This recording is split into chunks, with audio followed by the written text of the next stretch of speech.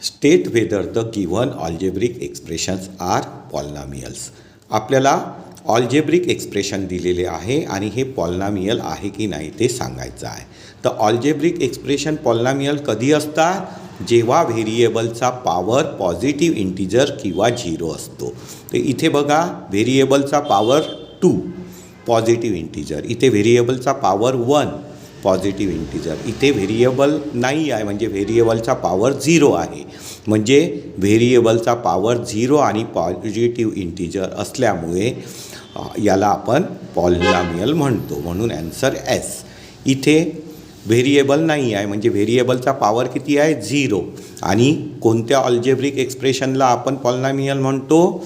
याचा पॉवर, व्हेरिएबलचा पॉवर 0 किंवा पॉझिटिव्ह इंटिजर असते, त्याला आपण पॉलिनॉमियल म्हणतो. तर इथे व्हेरिएबलचा पॉवर किती आहे? 0 आहे म्हणजे पॉलिनॉमियल आहे एस. इथे बघा, व्हेरिएबलचा पॉवर 1 आहे पॉझिटिव्ह इंटिजर, पण इथे व्हेरिएबलला आपल्याला कुठे न्यावं लागेल? न्यूमरेटरमध्ये. डिनॉमिनेटरमधनं न्यूमरेटरमध्ये जर आणलं तर वायचा पॉवर काय होईल? -1 होईल.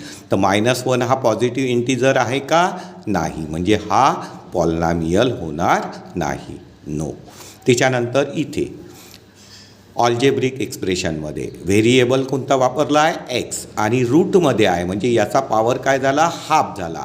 तर हाफ हा पॉझिटिव्ह इंटिजर आहे का? नाही आहे, हा फ्रॅक्शन आहे. तर व्हेरिएबलचा पॉवर आपल्याला काय पाहिजे? पॉझिटिव्ह इंटिजर किंवा 0 असेल तर त्याला पॉलिनॉमियल म्हणतो. आणि इथे व्हेरिएबलचा पॉवर पॉझिटिव्ह इंटिजर नाही आहे म्हणजे पॉलिनॉमियल होणार नाही. नो.